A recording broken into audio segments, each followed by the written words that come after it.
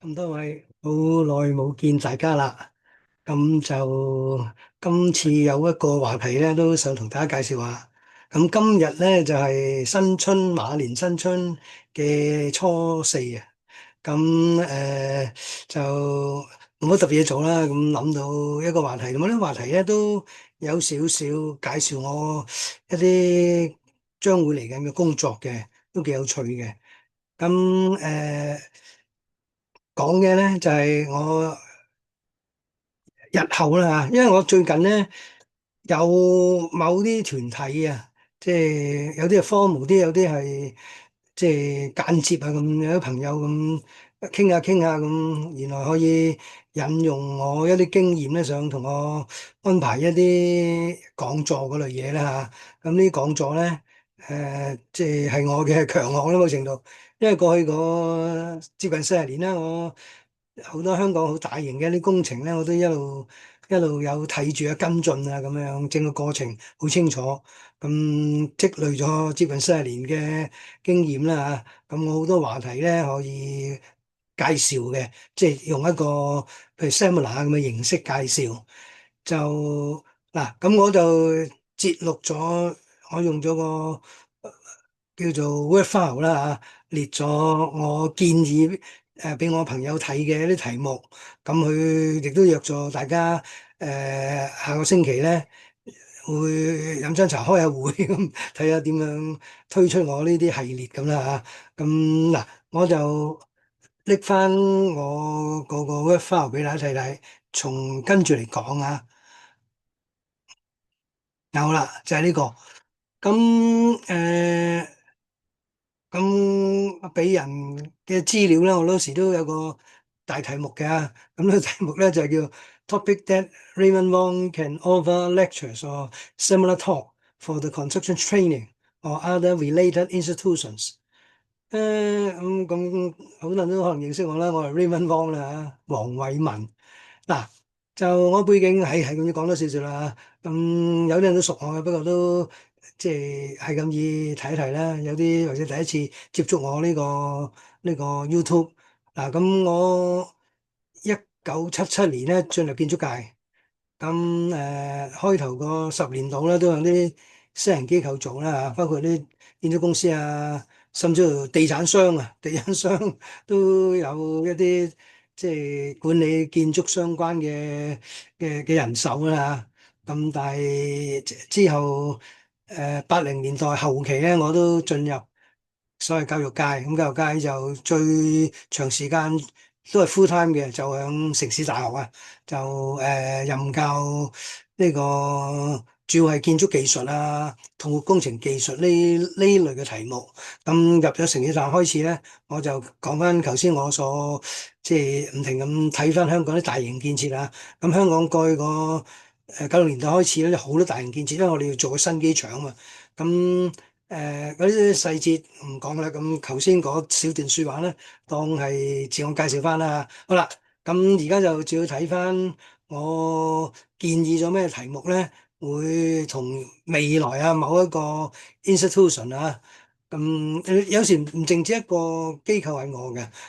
其實最近都有唔止一個啊，3、2個，或者根本就普通嘅一啲學會咧，都定時揾我做一啲講座嘅。呢啲題目咧我今次係集中俾一個朋友。呢個朋友咧，佢話有一間叫做 Construction Training Institution。咁即係佢係其中一個 partner 咁上下啦。我呢個朋友都係工程師嚟嘅，資深嗰啲工程師。俾咗啲雜題目佢，等佢睇下點樣以後安排我做到邊類形式嘅講座啦嚇。好啦。我都分咗兩類嘅。就第一類咧就用個案形式啊。嗱，譬如起個新機場咁，新機場啊，或者赤鱲角機場係一個個案啦嚇。咁咧我就將啲特別有代表性啲嗰啲啦嚇，譬如早期機場嗰啲咧都有啲過氣。同埋嗰時我睇得唔係好透徹啊，因為嗰時我啱都而家機場1993、94年開始睇，而家啱啱都30年有多啦嚇。當時我都唔係好有經驗啊。咁但係事後咧，我跟一啲咁嘅大型 project 咧，就變得可以好仔細，即係掌握到啦，即係睇乜嘢，幾時去睇，咁成個過程 almost 向 day one 一路睇到完工為止啦。咁我所謂睇嘅工程咧，多數都係呢個叫 mega project。mega 咧，大家都明白啦，即係特大型嘅，譬如3、5億啊、30、20億咧，都今時今日唔算特大型啦嚇。咁到底如何咧嚇？咁我就分咗兩段，一段咧而家睇到第一啦嚇，就 lesson learned from the technology used and work details for the construction of some representing Hong Kong mega project。咁以下亦都有10項8項啦嚇。咁第二咧就講技術啦，有啲 in-depth explanation about various construction or civil technology。咁啊，到底裏邊點細分咧？都要再睇翻啦。譬如香港啲 mega project 方面咧，咁我抽咗6個啦嚇。咁呢啲我都跟得好深入啊，同埋好多資料嘅裏邊，好趣味嘅啲 project 啊，好大型嘅。好啦，咁啊第一個就叫做3號幹線。咁3號幹線咧就咦，我會寫錯啊！哎呀，8號幹線應該係，係啦，沙田去青衣，我改一改先啊。OK，8號幹線，因為3號幹線都好 outdate 嘅，係當時起機場嗰時咧10項核心工程其中之一。最主要響西九龍啊，一路經過葵涌路啊，咁屈入去青衣嗰段叫做3號幹線，嗰度又係早期嗰啲我嗰時我用菲林影相嘅，咁啊變得即係冇咁仔細啦嚇。咁係啦，即係補充翻一句咧，趁記得我有時做呢啲 presentation 咧，誒好受歡迎嘅。點解咧？因為其一我親身好清楚呢啲個案啊。第二咧，我大量用圖片，唔係猛寫啊！你寫得點細節咧，你都好難令人明白得晒嚇。咁反而用圖片咧就清楚楚。咁我當然都會寫啲文字或者口頭啦。如果一個講座我口頭，我要補充翻好多嘢啦。好啦，講翻先嗱，Case One 8號幹線。咁8號幹線咧就即係千禧年開始冇幾耐嚇。即係2005年後啦咁上下啦嚇，就開始做，都分好多段嘅，由沙田去青衣咧，全長啊，我記得好似18公里咁上下啦嚇。咁冇理由一個佢出嚟做晒啦，所以分好多段啦。咁就沙田做到青衣，咁中間就經過好多好挑戰性嘅獨立工程啊，譬如包括有幾條隧道啦嚇，譬如話呢個尖山隧道啊。誒、或者臨到尾啊，昂船洲大橋啊，呢都係響呢個8號幹線嘅裏邊，甚至去到青衣島咧，仲有一條叫做南灣隧道啊，咁如此類推啊。咁嗰啲咧，我會響呢啲講座裏邊咧，會仔細咁，通常用2個鐘頭咯。我啲講座太短啦，我都唔係好感興趣啊，講唔晒好多嘢㗎。咁好啦，咁咧第一個個案，第二個個案咧，呢個都算好新鮮熱辣啦嚇，或者相對新鮮啦，就沙中線。沙中線咧，全長又係20公里咁上下啦嚇，就嗰啲細數字，我即係好 rough 咁咩嘅啫，好提一提嘅啫。咁到時講解當然好仔細，將呢啲基本數字咧講翻出嚟啦嚇。好啦，咁沙中線咧，咁而家都好多人都知嘅沙中線嘅，但係而家夾咗。即係或者叫做重整過，變咗一條咧就叫做屯馬線啦。咁屯門以前就叫西鐵啦，馬鞍山就有條叫馬鞍山鐵路啦。嗰啲我都一路有跟晒嘅。咁不過呢啲 out of date 少少，我就唔特別講啦。好啦，咁就即係呢條沙中線咧，當時獨立一個項目咧，就由大圍理論上做到金鐘啊。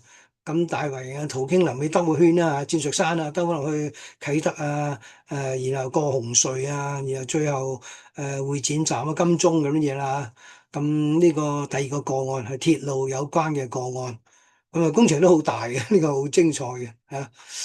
好啦，第三個個案中環灣仔繞道嚇，呢個又係即係比想象中好複雜好多嘅一啲個案嚟嘅。咁個起點咧就中環啦，當然啦，即係向 IFC 嘅出邊開始。咁 IFC 對出咧，等於嗰個金鐘天馬嗰邊啦嚇，嗰啲全部填都填翻嚟嘅，所以有土地做到呢條呢條繞道啦嚇。咁灣仔啊嗰啲都有地方啦嚇，咁全部填落填翻嚟。咁臨尾又要經過銅鑼灣啊、紅隧咁樣打橫咁擦過啊，又經過東區走廊啊咁點樣駁翻去中區走廊啊？哇，極複雜！呢個工程又係頭尾接近10年嚇，就臨尾咧就去到北角嘅，唔淨止中環灣仔嘅嚇。咁不過命名當時係咁樣叫咯。咁呢個有一個個案啦。第四個個案咧，又係早2年好熱門嘅。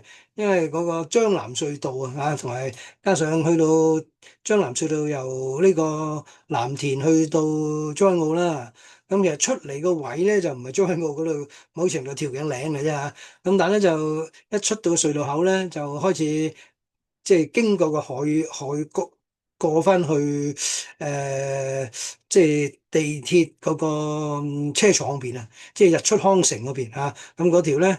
英文係叫做 Cross Harbour Link。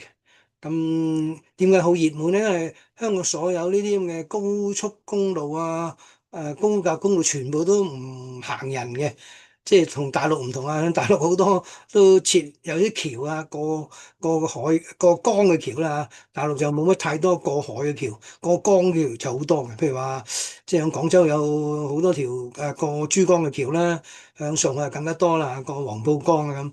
咁就香港所有嘅都唔設行人嘅，因為設行人咧就唔淨止將嗰個路面擴闊少少咁簡單啊，而係行人嗰啲接駁咧嚇，你點樣引入啲行人嘅通道啊，多做多啲功夫嘅。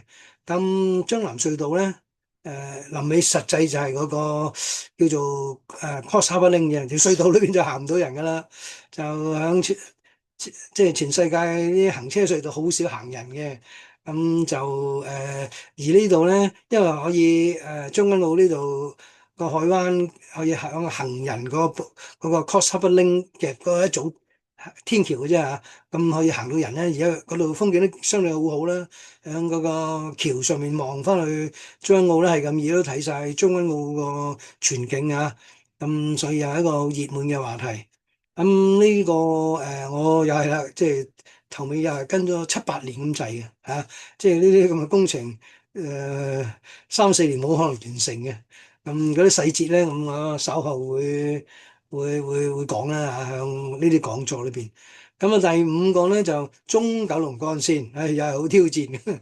咁我差唔多8、9年前都開始跟啊，咁我主要就當時係跟西九龍嗰邊啊。咁西九龍你知啊，有好多高速公路啊，譬如話呢個3號幹線啦，或者叫西九龍快速公路啦，咁啊西上駁翻入嚟啦。咁呢啲超級公路咧，一定要駁翻入另嗰條超級公路先至有意思嘅。咁就係向西九嗰邊啦嚇，即係由麻地大角咀對出嗰塊地咧，即係做咗好多好多嘢嘅。咁然後先至掘落個地底咁樣，一路去到啟德啊、九龍灣嗰邊出翻嚟啊。咁呢個就中九龍繞道。嗯，好啦，第六呢點咧都係特大型工程咧，就講佢又唔係講個建築啊。譬如 Hopewell Two 你都要睇到啦嚇，下邊嗰度Anderson Road Site Formation and Hopewell Two Site Formation。Hopewell Two 咧就當然係一個建築嚟㗎啦，合和第2期啊，而家做咗間酒店啊。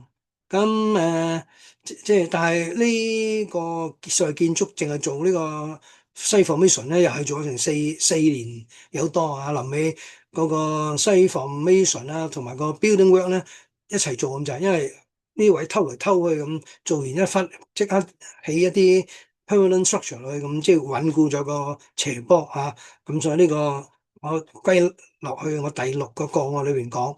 然後 Anderson Road Site Formation 安達臣道土地平整咧嚇，又係一個好響香港近期非常之大型嘅一個 Site Formation。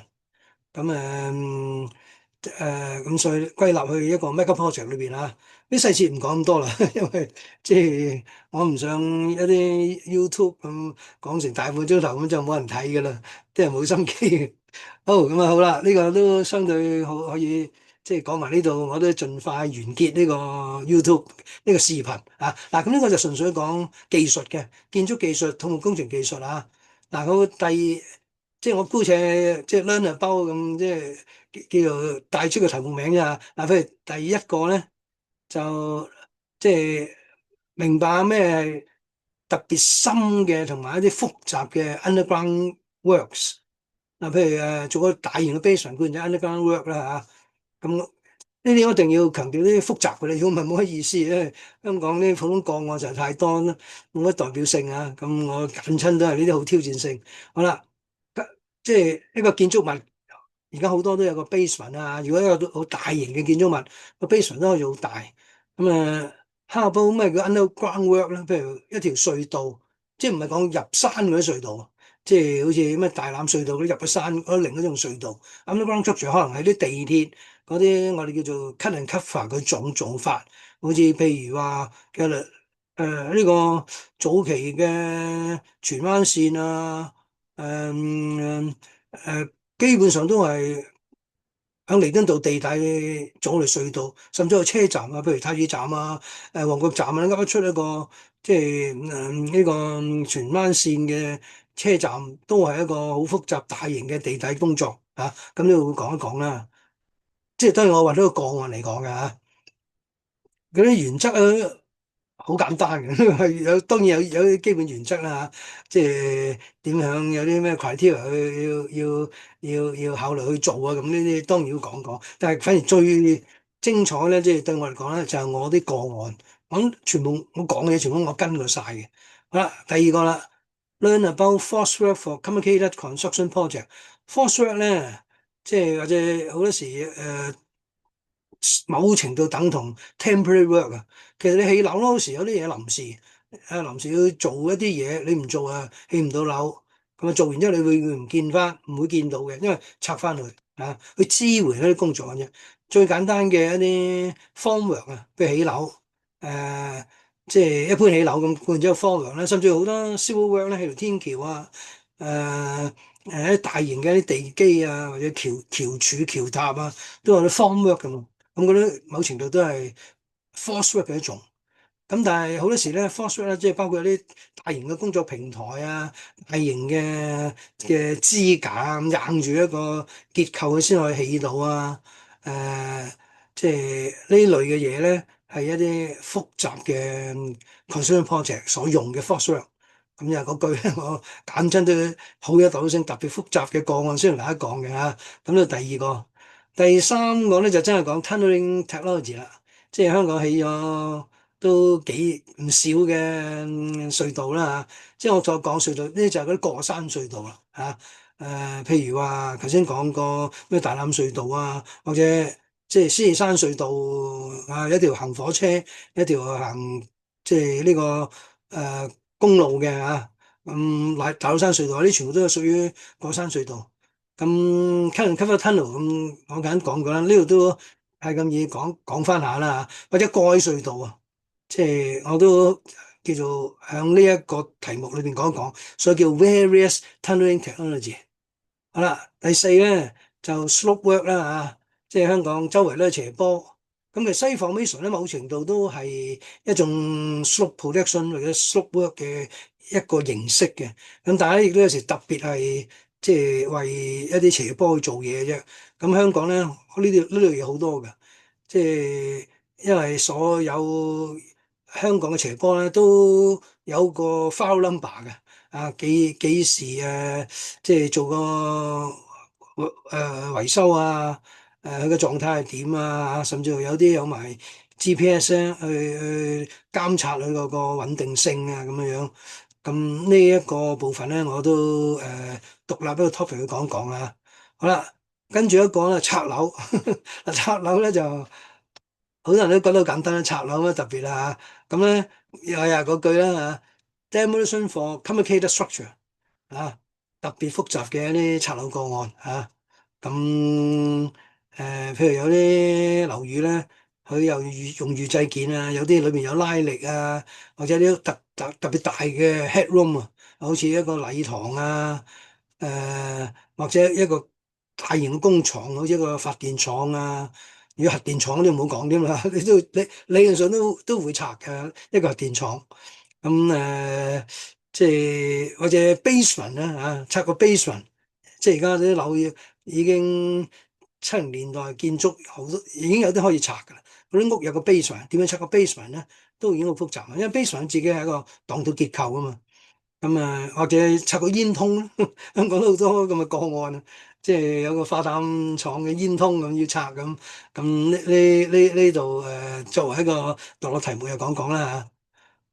好啦，咁跟住咧就做橋啦。香港都好多條特大型嘅橋啊，或者一般嘅橋都做咗好多啦嚇。咁呢個題目咧就專係講一啲 common construction method 啊，常見嘅一啲技術，做唔同類型嘅橋嚇。咁有咩類型嘅橋咧？咁呢啲當然都會講講啦，到時。好啦，最後啦，呢個話題咧都係我嘅跟咗幾十年嘅呢個題目，我好感興趣呢個題目嘅，就係嗱，明白咩叫歷史建築啊？咁而家大潮流興啊，咩歷史建築又要保育啊，要活化咁。咁我呢度講咧就唔係一般嘅保育嗰類嘅嘢啊，而係國際層面啊。咁香港嘅都有某幾個代表性嘅，但係香港都冇乜舊建築，又或者特別有歷史深厚價值嘅建築啊。咁因為有嘅好多拆鬼晒。咁咧但係我嘅經驗咧，橫跨好遠嘅嚇。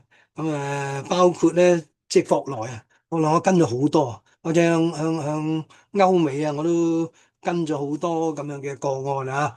就即係點樣將佢首先要將佢 evaluate 啊，要將佢復修啊，講明有歷史嘅建築嘅殘殘舊舊啦嚇。咁要復修，然後跟住即係活化活化，其實活化同應用係有時可以擺埋一齊嘅。你活化咗佢啊，其實復修就係咪等於活化咧？未必係嘅啊。譬如我好殘舊，我就將佢重修翻，但係發覺冇乜用途咁啊，可能係啲私人物業啊咁啊，重修咗之後咧就擺度，或者政府或者個家族本身自己用翻啦嚇。咁但係好多而家歷史建築都係一啲公共資產啊，咁你要俾人用先得噶嘛。咁俾啲生命力佢咪，即係人用咪要生命力啦嚇。咁同埋用得效果點咧？啊，甚至乎活化本身一個投資嘅。你有時有啲舊建築啦嚇，起過去仲平嘅，咁你復修佢啊，又要搞啲配套啊，咁成本仲高。咁點樣選擇咧嚇？點樣應用啊？令到佢有市場啊，有活力啊，咁呢個都係一個大學問。好啦，咁呢個部分咧，我就係集中講 heritage 嘅考慮嚇。咁希望呢啲題目咧盡快推出。其實有啲已經講咗啦，譬如話呢個第二部分啦嚇，差唔多每一個題目咧，過去嘅十幾年咧都講過一兩次或者兩三次未定嘅，因為唔同嘅學會有時都嗌我做啲演講啊咁。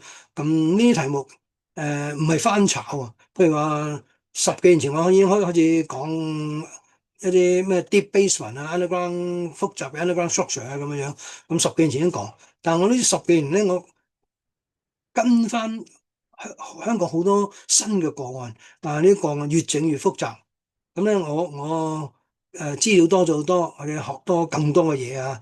咁所以隔三幾年我重新講一次咧，唔係翻炒，每次我都加入好多新嘅資料啊咁樣樣。誒、就但係我就都好感興趣講嘅，而家大部分啲義務嘅，即係唔係講一講又有錢收啊咁。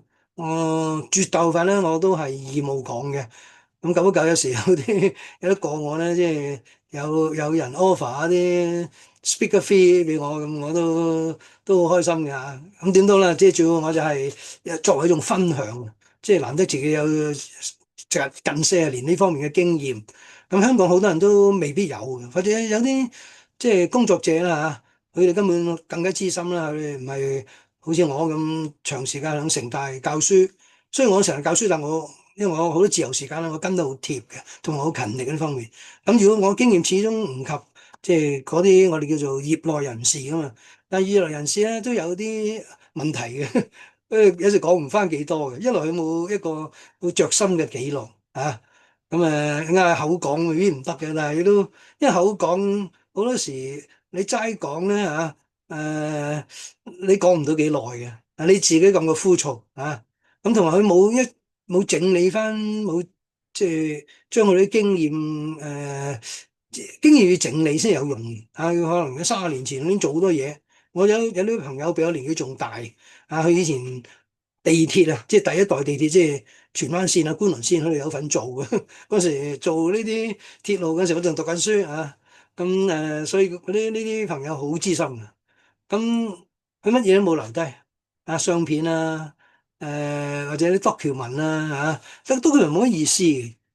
寫 document 咧成個貨櫃嗰時，我睇機場咧有啲朋友，我問佢攞照，咁隨便都唔使去啊，冇乜所謂嘅呢啲，擺張貨櫃裏邊。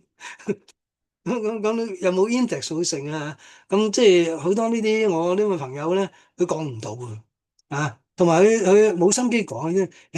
做咗咁多10年，從未講過，你嗌我整理咁，都唔知從何說起。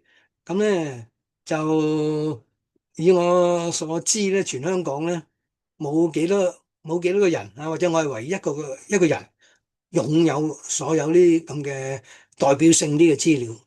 咁有時地鐵啊嗰啲都未必有嘅。地鐵咧，我好多年前同香港工程師學會做過一個即係好似40周年嘅特刊啊。咁我就同佢做一個 full story。咁其中有啲講鐵路當然啦。咁我早期嗰鐵路我冇乜資料，因為我嗰時我都讀緊書嚇。咁就想問翻地鐵攞地鐵都揾唔到啊。咁工程師學會咁即係嗌地鐵，或者根本工程師學會好多係地鐵啲高層啊咁佢哋對呢啲資料咧，如果要攞咧，一定攞到嘅。但係佢哋話都冇其中嘅理由咧，就可能係即係入晒封晒塵啊，擺兩邊都唔係好清楚，又冇一個仔細嘅 indexing 啊。咁或者有時有啲咧就講明唔能夠出街嘅啊，因為所有而家 controller 即係最近呢20-30年係嘛，一定都會影相，因為個合約講明要你要影相，做一啲記錄交翻俾個 client 啊，政府好鐵呢個港鐵好，個 client 一定要你影呢啲嘅。但係咧就一定亦都你講清楚，你 undertake 呢啲照片咧一張都唔能夠外漏，除非得到業主同意。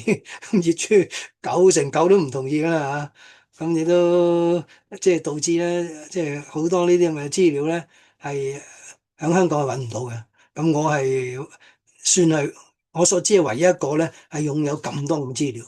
啊，個別有一張半張有得有嘅，因為有啲朋友佢真係負責某個工程啊。咁而且唔係好耐以前啊，可能10幾年前咁，佢都留低咗一批相。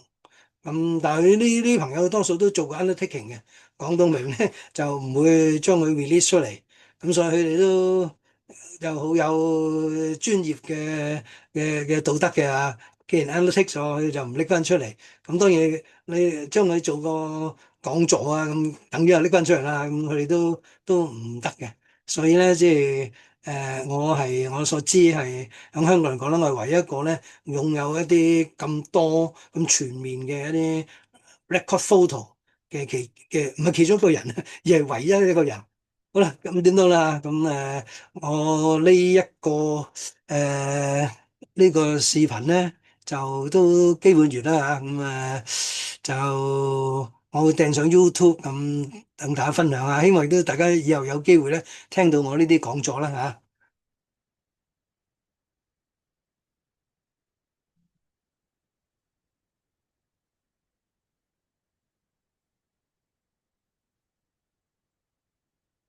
好，咁啊，再見啦嚇，咁我出翻嚟啦，遲啲有機會喺邊個場合再見大家啦。